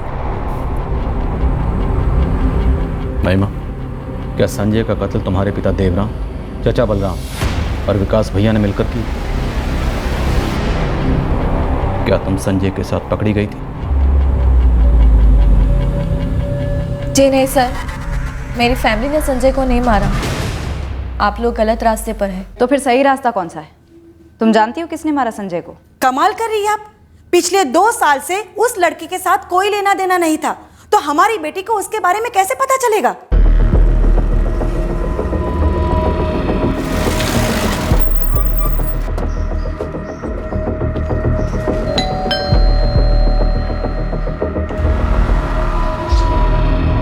जी, राहुल से मिलना है। बोलिए, मैं उसका पिता हूँ। आपके राहुल और चंचलगढ़ के देवराम चौहान की बेटी महिमा की शादी क्यों टूटी थी? पूरे 15 लाख रुपए धस गए हमारे, और 15 लाख रुपए कम नहीं होते। और पूरी बिरादरी में थू हुई सो अलग। जो कुछ उन्होंने राहुल को दिया हमने छुआ तक नहीं है, लेकिन हम तब तक नहीं लौटाएंगे जब तक वो हमारे खर्च करे हुए पूरे 15 लाख हमें वापस नहीं दे देते। शादी उन्होंने तोड़ी है। केस तो हमें करना चाहिए उनके खिलाफ। फ्रॉड किया उन्होंने हमारे साथ, सरासर फ्रॉड। और हम लोगों ने तो दहेज वहेज का नाम तक नहीं लिया सर। जो दिया चुपचाप रख लिया। तो दहेज का चार्ज तो वो लोग हम पर लगा ही नहीं सकते ना। ये तो वही बात हो गई ना, उल्टा चोर कोतवाल को डांटे। एक मिनट, हम यहाँ पे कोई दहेज के चार्ज को लेकर नहीं आए हैं। तो क्या पता करने आए हैं आप? मेरी शादी कैसे टूटी तो उन लोगों से जाकर पूछिए ना। हम बस वो सुनना चाहते हैं जो उन्होंने आपसे कहा था। आप हमें फंसाने आए हैं? बिल्कुल नहीं, हम बस ये पूछने आए हैं कि शादी के ठीक 1 दिन पहले ये रिश्ता क्यों टूटा था? आज से 6 महीने पहले जब ये रिश्ता तय हुआ था, ये मंगनी हुई थी, तो उन्होंने हमसे कहा कि फलाने दिन उनकी बड़ी बेटी उर्मिला की शादी है, और अगर हमें ऐतराज ना हो तो उसी मंडप में वो अपनी छोटी बेटी महिमा की शादी करना चाहते हैं। हमने कहा कोई प्रॉब्लम नहीं है। और मुझे भी कोई दिक्कत नहीं थी। तो क्या आखिरी वक्त पर सही कुंडली निकाली गई जो मिल नहीं रही थी? क्या वाकई में यही कारण था शादी टूटने का? किस कुंडली उंडली की बात कर रहे हैं आप? तो फिर असली कारण क्या था? 6 महीने पहले मेरी सगाई के वक्त किसी को कुछ नहीं पता था, लेकिन मेरी शादी से 1 दिन पहले उसके माँ बाप को सब कुछ पता चल जाता है अचानक से कि अरे हमारी महिमा तो नाबालिग है। हाँ, मैं समझ सकता हूँ कि बात अचानक से आई है, पर देखिए बात बहुत भारी है। तो अभी भी बताने की क्या जरूरत थी? कल बारात मंडप में पहुंच जाती तो बता देते आप। देखिए, आपका गुस्सा हम समझ सकते हैं संजीव जी, लेकिन अगर महिमा के नाबालिग होने की खबर फैलती है तो हमारे साथ साथ आपके परिवार पर भी बहुत बड़ी मुश्किल आ सकती है। तो अभी कौन सा कम मुश्किल में आ गए? पैसों का नुकसान हुआ सो अलग, हमारी तो नाक कटने वाली है बिरादरी में। मैं हाथ जोड़ के आपसे माफी मांगता हूँ, पर अब हम ये शादी नहीं कर सकते। तो ये कुंडली वाली बात उठी ही नहीं थी? जी नहीं, पहली बार सुनी आपके मुंह से। वैसे क्या इन्वेस्टिगेशन हो रही है आपकी? और मेरी टूटी शादी में आपको इतनी दिलचस्पी क्यों? क्योंकि तुम्हारी शादी टूटने से ठीक 1 दिन पहले एक घर टूटा। घर का एक लौता लड़का कत्ल कर दिया गया। उसका मेरी शादी टूटने से क्या कनेक्शन है? कनेक्शन है, वही हम पता करने आए। क्या महिमा की मर्जी के खिलाफ ये शादी हो रही थी? क्या इस कत्ल की वजह से ही ये शादी तोड़ी गई? बात अब सर पे आ गई है बलराम। वैसे विकास सब संभाल लेगा भैया, उसे मालूम है कि क्या कहना है क्या नहीं। पर क्या ये सब होना जरूरी था?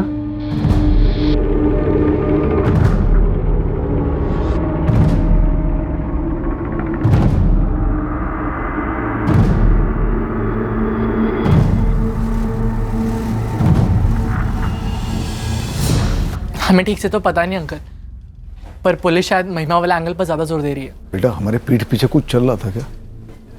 बोलो बेटा, क्या था? नहीं अंकल, हमें इसके बारे में कुछ भी नहीं पता था। हमें तो लगा था कि वो निशा के बारे में सीरियस है। इसका मतलब आपके महिमा के पिता से बात करने के बाद भी संजय का महिमा से रिश्ता जारी था। पता नहीं,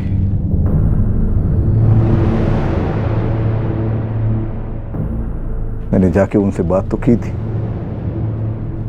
उसके बावजूद भी कुछ था तो हमसे बात कर, मार क्यों डाला हमारे बेटे को? देखिए मैडम, मम्मी पापा ने आपको जो बोला है वही सच है। वो सच नहीं है उर्मिला, सच क्या है हमने पता लगा लिया है, हम तुम्हारे मुंह से सुनना चाहते हैं। जब मेरे पास बोलने के लिए कुछ नहीं है तो मैं क्या बोलूं? मैं हम दोनों की शादी को लेकर इतनी खुश थी और इतनी बिजी थी कि मेरा ध्यान ही नहीं गया बाकी चीजों में। ना मम्मी पापा ने पहले कुछ बताया, ना महिमा ने। तुम्हारे चचेरे भाई विकास ने कुछ बताया? नहीं बताया। उसके राइफल के बॉक्स में से 6 कारतूस गायब क्यों हैं? मुझे कैसे पता होगा मैडम, मैंने तो वो बॉक्स कभी देखा भी नहीं। अभिजीत, मैं जरा इस विकास चौहान को देखता हूँ। तुम देवराम और बलराम को खरीदो, मुझे इस केस से ऑनर किलिंग की बू आ रही है।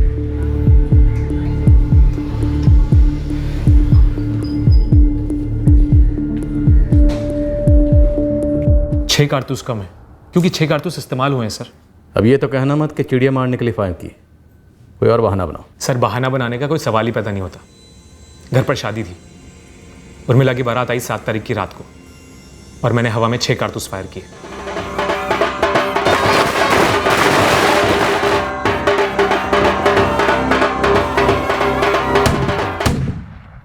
सर जानता हूं कि गैरकानूनी है, पर करनी थी फायर तो कर दी, लेकिन जिम्मेदारी के साथ। किसी और को नहीं दी अपनी राइफल। मैंने 6 फायर किए और उसके बाद नलियां भी साफ कर दी। हमारे पास सबूत है कि तुमने हवा में 6 नहीं, सिर्फ 3 राउंड फायर किए। बाकी 3 संजय राठौर पर फायर हुए, उसके खेतों वाले कमरे में। 2 दीवार पर लगे, 1 संजय को। हुआ यूं होगा कि 5 की रात को जब महिमा घर से गायब हुई होगी, तुम सब घर वालों ने उसे ढूंढना शुरू किया होगा। सबने ढूंढा, लेकिन वो मिली तुम्हें खेतों वाले कमरे में अपने प्रेमी संजय के साथ। शादी से 1-2 दिन पहले अपनी बहन को अपने प्रेमी संजय की बाहों में देखकर गुस्सा तुम्हारे सर के ऊपर से निकल गया और गोली राइफल की नली से बाहर।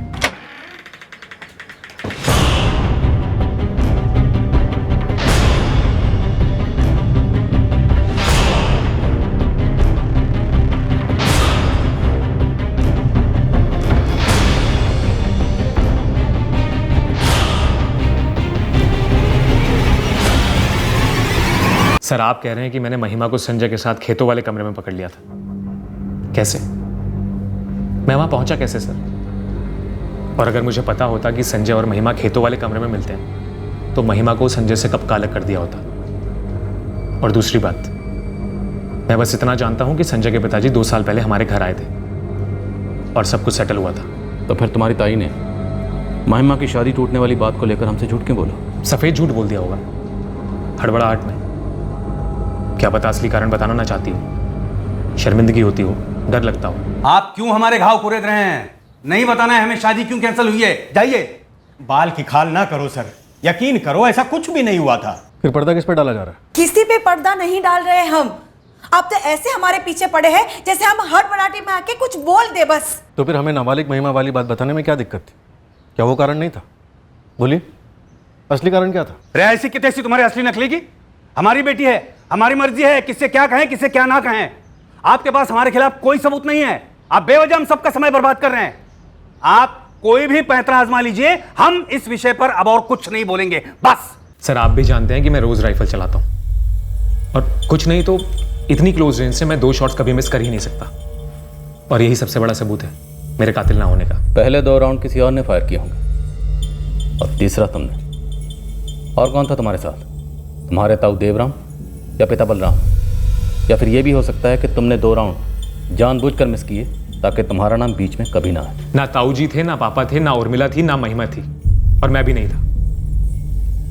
पर जाहिर सी बात है कोई तो था उस रात उस कमरे में दुनाली बंदूक के साथ। पर शायद आप हम लोगों में इतना मग्न हो चुके हैं कि कातिल आपकी नजरों से चूक रहा है। अब इजाजत है?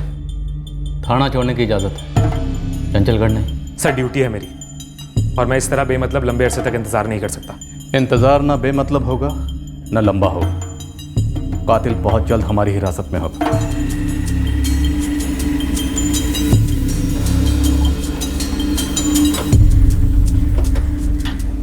अभी तक के लिए सारे सवाल टाल दिए मैंने, लेकिन पापा ताऊ जी कब तक? उन्हें पता लगने का कोई और तरीका है? नहीं, महिमा तो मुंह भी नहीं खोलेगी, पर क्या वो लोग कहीं और से पता कर सकते हैं? मुझे ताज्जुब हो रहा है कि पुलिस यहाँ तक पहुँच गई और अभी तक पता नहीं लगा भाई। मैं कमांडेंट साहब से बात करता हूँ छुट्टी एक्सटेंड करवाने के लिए। देखो, अगर ज़रूरत पड़ती है तो मैं अपने सर ले लूँगा सब कुछ, और चारा भी क्या है भाई।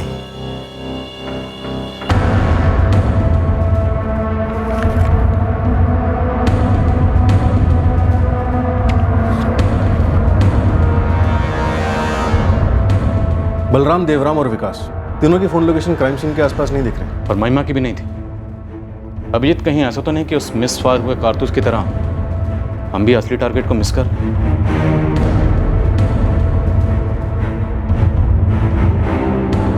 निरंजन खत्री और राजीव सोनी ने शंकर राठौड़ का बिजनेस चौपट करने की कोशिश की थी, ये तो उन्होंने कबूल किया, लेकिन मर्डर में उनको कोई हाथ नहीं नजर आ रहा। नहीं अभिजीत, मैं चौहान परिवार की बात कर रहा हूँ। ऐसा क्या है जो हम होकर भी नहीं देख पा रहे हैं? ये कत्ल हुआ तो संजय और महिमा के रिश्ते को लेकर ही, पर यह कत्ल क्यों हुआ, किसने किया, इसका एक भी सुराग अभी तक हमारे हाथ में क्यों नहीं? वो इसलिए क्योंकि हम वहां सुराग नहीं ढूंढ रहे जहां ढूंढना चाहिए।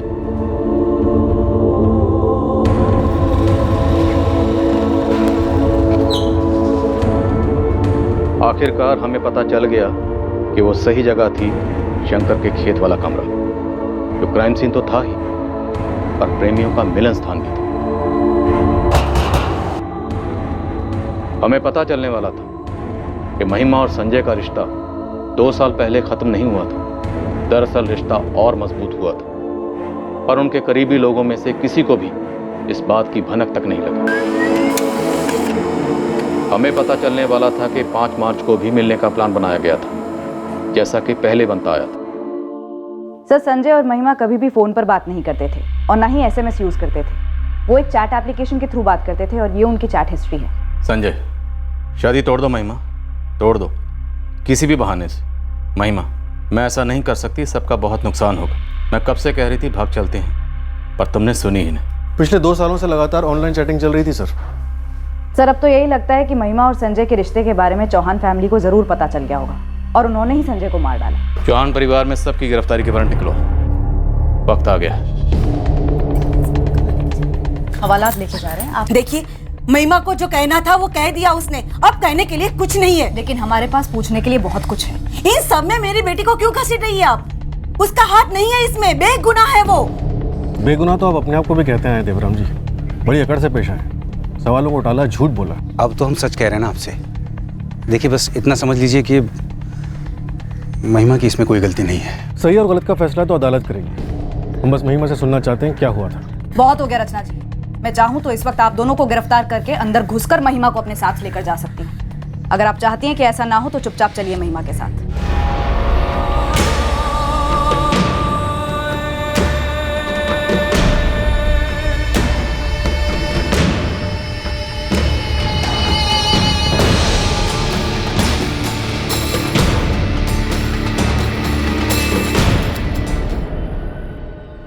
क्या सोचा?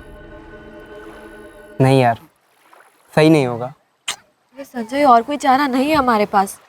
दोनों परिवारों को पता चलना ही है, फिर क्या करेंगे? महिमा, भाग नहीं सकते यार। देख, मैं अभी 18 का हूँ और तू सिर्फ 16 की। अगर अभी हम भागे ना तो पुलिस मुझ पर रेप का चार्ज डाल देगी, और फिर मैं गया अंदर लंबे समय के लिए। संजय, मुझे बालिग होने में 2 साल बाकी है और तू 21 से पहले शादी नहीं कर सकता। मतलब 3 साल और, तब तक तो मेरे परिवार वाले मेरी शादी करा देंगे। फिर क्या करेंगे बोलो? उर्मिला दीदी की शादी की बात चल रही है, मेरी शुरू होने में देर नहीं होगी। नहीं यार, भाग तो नहीं सकते। यह है तुम्हारे और संजय के बीच की चैट हिस्ट्री, और ये चैट ऐप पे हुए तुम दोनों के बीच के कॉल्स। 5 मार्च की शाम 7 बजे तक तुम्हारी संजय से बात हो रही थी। दरअसल ये बात कभी रुकी नहीं, ना ये बातचीत रुकी, ना ये रिश्ता रुका, जैसा तुम्हारे माँ बाप और दोस्त समझ रहे थे। ये हमें कुछ नहीं पता था। पर आपको और बहुत कुछ पता था रत्ना जी। आपको नहीं, आपके पूरे परिवार को पता था, पर आप सब ने मिलकर हमारी आंखों में धूल झोंकी। धूल संजय और मैं झोंकना चाहते थे सर, हम फिर से पकड़े नहीं जाना चाहते थे। संजय, तेरे मम्मी पापा को कैसे पता चला?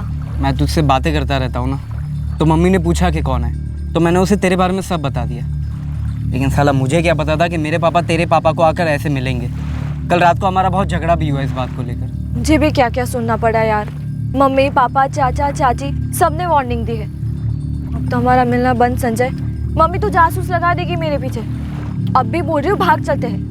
महिमा, भागने से मुसीबत डबल हो जाएगी यार। तुम प्यार को मुसीबत समझते हो?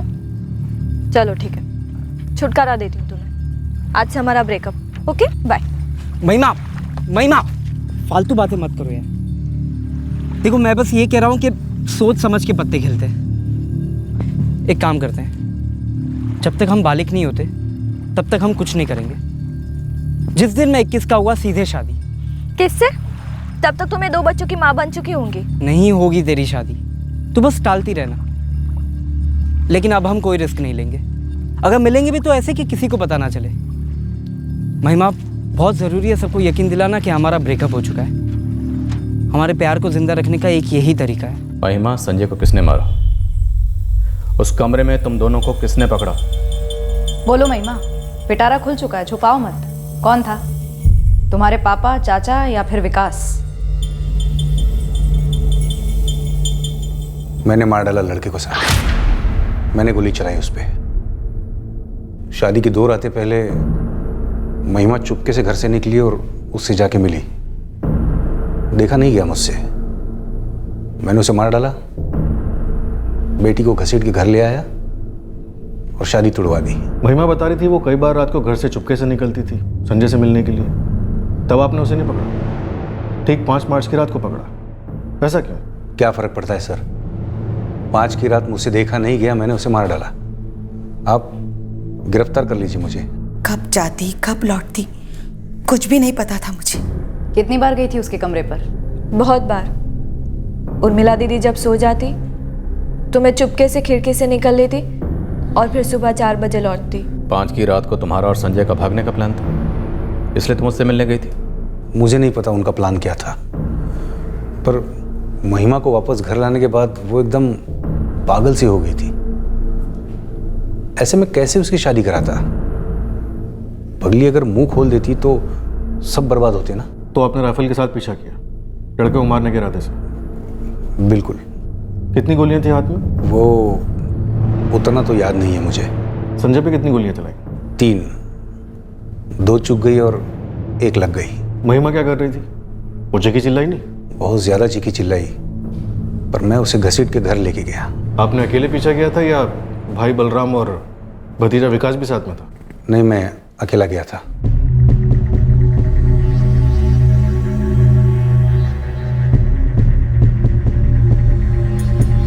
महिमा, एक बार फिर से पूछ रहा हूँ, क्या 5 की रात को तुम्हारा और संजय का भागने का प्लान था? क्या इसलिए तुम मुझसे मिलने गई थी? महिमा की खामोशी किसी राज की तरफ इशारा कर रही थी और महिमा के पिता के इकबाले जुर्म में भी झूठ छुपा हुआ था जो साफ नजर आ रहा था। सर, लगता है देवराम बलराम और विकास को बचाने की फिराक में। महिमा भी चुप रहकर कुछ छुपा रही है। बता ही नहीं रही है कि भागने का प्लान था कि क्या था। ऐसा कौन हो सकता है जो हमें यह बता पाए कि उस रात खेत वाले कमरे में ऐसा क्या हुआ जिसके चलते संजय को गोली मार दी गई?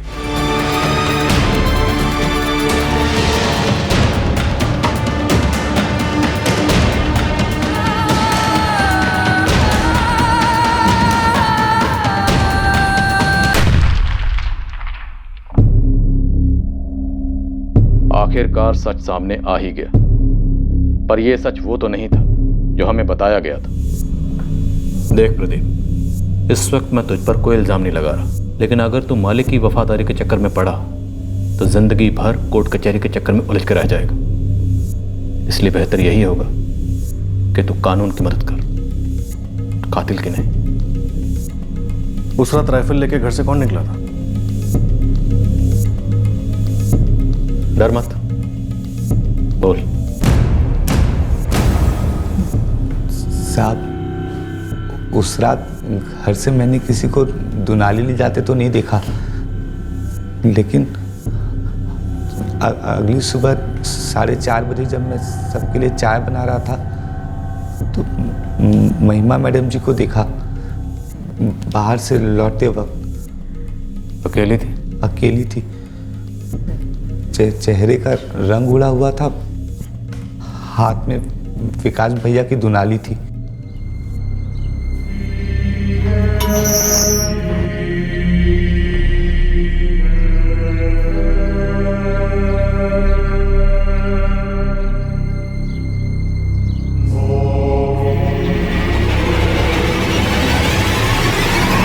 फिर साहब, बड़ी मालकिन यानी रचना भाभी हमारे पास आई। प्रदीप, चाय बाय सब बाद में, मैं तुम्हें आवाज़ दूंगी। जब तक आवाज़ नहीं देती कोई भी कमरे में नहीं आएगा, समझ गए? उसके बाद क्या हुआ, क्यों हुआ, मुझे नहीं पता। मैं बस इतना जानता हूँ कि महिमा मैडम जी की शादी टूट गई। महिमा, उस रात खेत वाले कमरे में जब तुम और संजय एक साथ थे, जब संजय का कत्ल हुआ, उस वक्त वहां एक चश्मदीद भी मौजूद था। उसने हमें बताया कि संजय पर गोली तुमने चलाई थी, ना कि तुम्हारे पिता ने, जैसा कि वो अब तक कहते आए हैं। गलती से हो गया था जी। अब आप बीच में कुछ नहीं बोलेंगे रचना जी। बोलो महिमा। भागने के लिए मान ही नहीं रहा था संजय। तो मार डाला? मैंने उसे नहीं मारा सर, वो पागल हुए जा रहा था। मैं तो बस उसे संभाल कर समझाने की कोशिश कर रही थी। कैसे, गोली मार के? वो पागल सा हो गया था मैडम। मेरी शादी की खबर सुनकर उसने पागलों वाली हरकतें शुरू कर दी थी। मेरे पास और क्या चॉइस थी, तुम्हें बोलो। अगर इस लड़की को भी मैं मना कर देती ना, तो 100% मेरे मम्मी पापा को हमारे बारे में पता चल जाता। तुम किसी से शादी वादी नहीं करोगी, समझी? मैं शादी कर नहीं रही, मेरी शादी हो रही है। तो मैं तोड़वा दूंगा। मैं लड़के को और पुलिस को दोनों को बता दूंगा कि तुम अभी 18 की नहीं हुई हो, अभी बच्ची हो तुम। फिर तुम्हारी और लड़के की फैमिली दोनों की बैंड बजेगी। पागल हो गए हो क्या? पागल ना हो तो और क्या करूं? तुम प्यार नहीं करती क्या मुझसे? तुम जितना करते हो ना, उससे ज्यादा करती हूँ मैं। इसलिए कहा था कि भाग चलते, पर अब तुम्हें वो भी नहीं करना, तो बताओ क्या करूं मैं? महिमा, अगर हम शादी नहीं कर सकते, अगर जिंदगी साथ नहीं बिता सकते, तो जिंदगी को छोड़ देते, मरते हैं साथ में। क्या? हाँ, सुसाइड करते हैं और फिर हमेशा साथ रहेंगे। तुम कहना चाहती हो ये एक सुसाइड अटेम्प्ट था? मैं भी जुनून में पागल हो गई थी सर। संजय की बातों में आ गई थी मैं।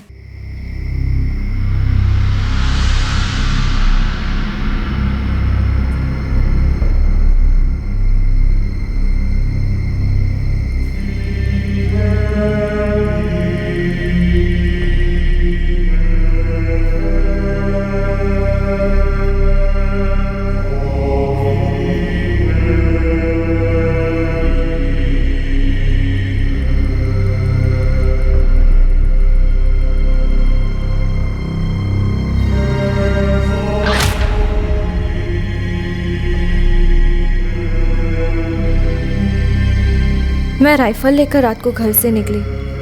बस मुट्ठी भर गोलियां ली थी साथ में। मुझे याद भी नहीं था कि कितनी ली थी।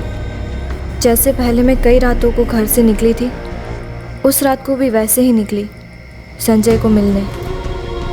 अजीब अजीब ख्याल मुझे पागल किए जा रहे थे। मैं तेज़ी से चलती संजय के कमरे पर पहुंची।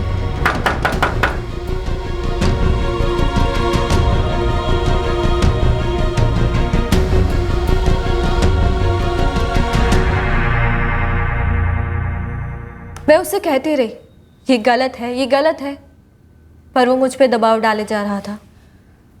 एक तरफ मेरा प्यार था और दूसरी तरफ उसका पागलपन।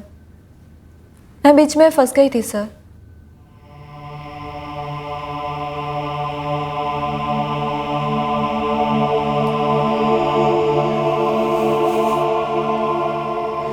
नहीं संजय, नहीं करते ना। और कर भी क्या सकते हैं महिमा? भाग सकते थे। तो वही तो कर रहे हैं अब। भाग कर एक नई दुनिया में जाएंगे, अपनी दुनिया बसाएंगे।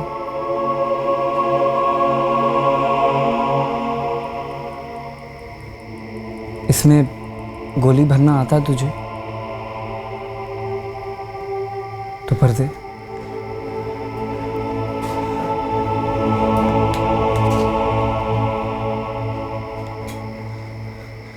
तब जाकर मुझे पता चला कि मैंने 3 ही गोलियां उठाई थी।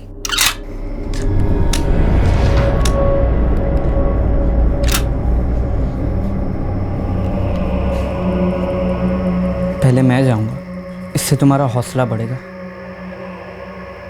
मेरे पीछे पीछे तुम आ जाना, ठीक है?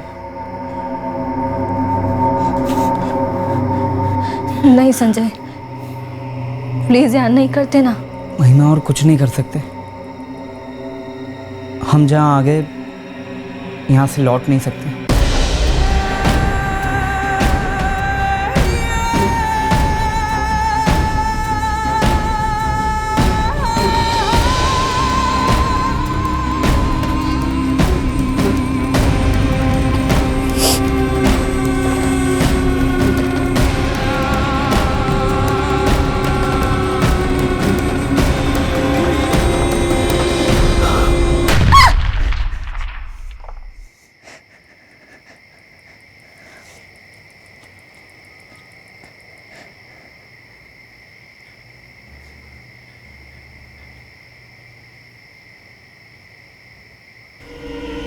मेरा हाथ हिल गया।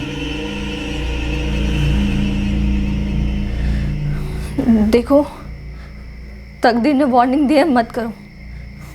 दो राइफल, इधर दो। मेरे हाथ कांप रहे। महिमा, तू मुझ पर चला और फिर खुद पर चला, ठीक है? मुझसे नहीं होगा। तुझे आता है ना चलाना, तूने पहले भी फायर किया। चला मुझ पर। महिमा चला। नहीं संजय। महिमा, ये एक ही रास्ता है। चल चला। महिमा सोच मत, चला। महिमा उठा, ये सोचने का वक्त नहीं है।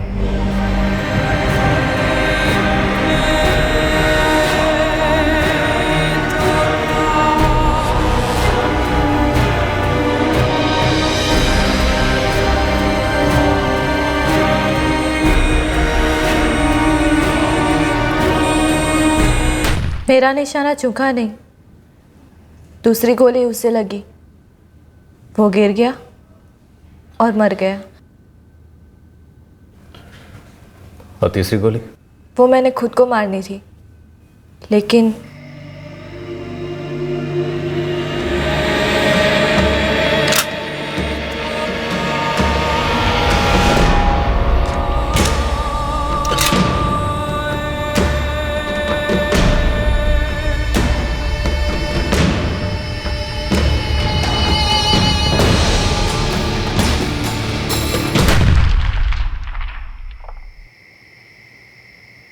मैं चूक गई।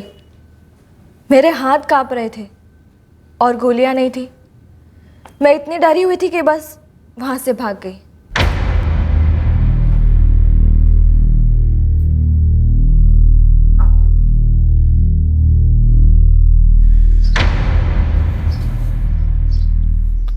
तू सच कह रही है? हाँ? तूने सच में उस लड़के को मार डाला है? पापा, मैं नहीं करूंगी ये शादी। मम्मी, मुझे नहीं करनी शादी। अगर आप लोगों ने जबरदस्ती की तो मैं जान दे दूंगी अपनी।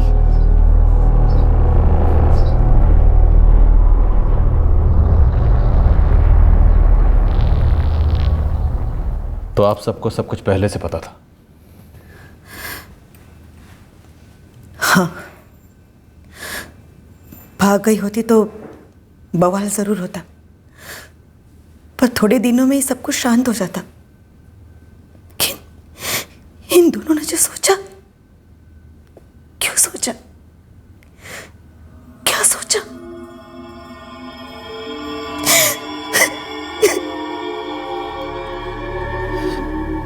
क्यों किया ऐसा? क्यों किया तूने ऐसा? एक बार भी ये सवाल उसे पूछ नहीं पाएंगे हम। इतनी सस्ती थी जान उसके, एक बार भी हम दोनों के बारे में सोचा नहीं उसने।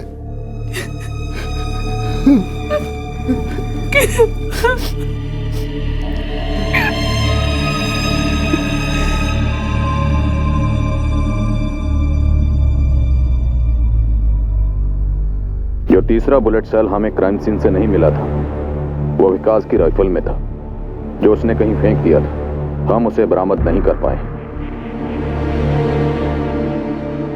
महिमा अभी नाबालिग है। उसे जुवेनाइल जस्टिस कोर्ट के सामने पेश किया गया और उसके बाद उसे एक चाइल्ड रिमांड होम में भेज दिया गया है। क्राइम पेट्रोल्स के और भी दिलचस्प कहानी देखने के लिए हमारे चैनल को सब्सक्राइब करें और बेल आइकॉन दबाना न भूलें।